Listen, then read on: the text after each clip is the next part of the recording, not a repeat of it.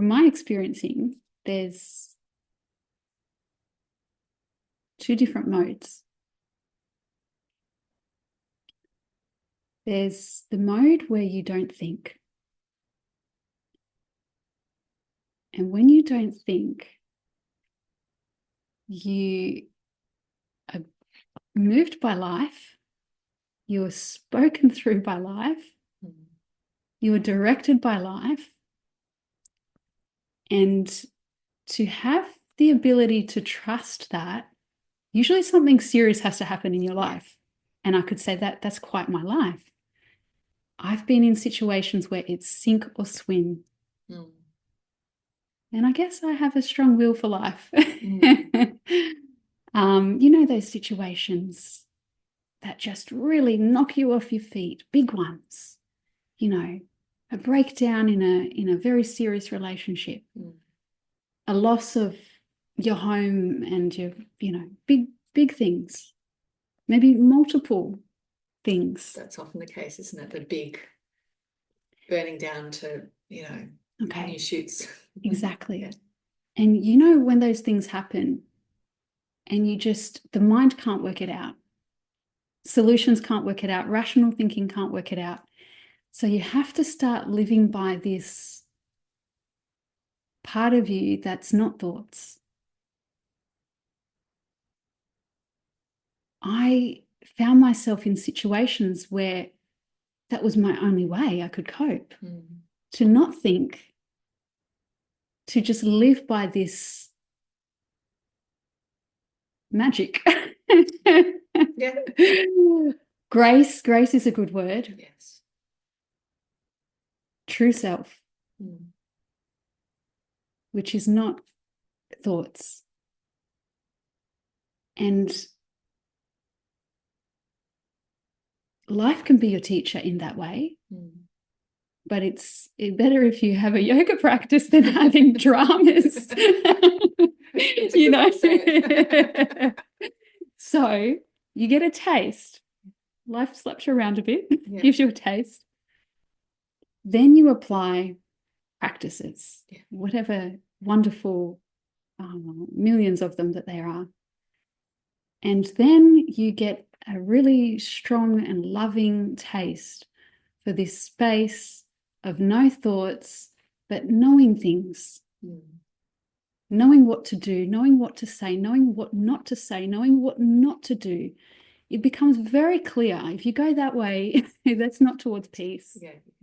It's not towards peace. It's not towards harmony. Harmony becomes very clear to you. It's that non-thinking space. So the strongest practice, whichever one that appeals to your makeup, you know, we each have something that's going to appeal to us, depending on our belief system, our mental reference framework, our body type, our breathing type, you know. Find what it is that helps you get into that space and live from that space. Yeah. You'll get your answers. You'll be directed. Things will make sense from that space. You will feel nourished. You won't be fooled. You will just discern. Discernment will be as natural as breathing, you know. So a practice that is going to help you come into a space of no thought will give you access to what's beyond thought. Yeah. And there's a lot of, the discernment is such a big piece, because you can, and that kind of filters into every area of your life. So with everything that you would have previously used thinking to navigate, it's just more of a just energetic feeling of this feels right, this feels right. And there's no like pro and con lists and pros, cons, weighing it up and thinking.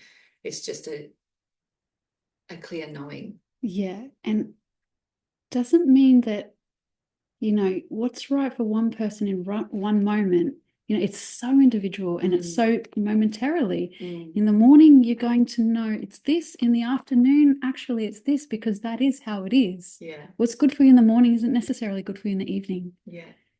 What's good for you in winter is not necessarily good for you in summer. Yeah. What's good to say to this person isn't necessarily good to say to that person. Yes. That's why quotes, you know, can sometimes be so helpful, but can sometimes be so misguiding. Yeah. When we apply quotes, Yes. they're not meant for every situation.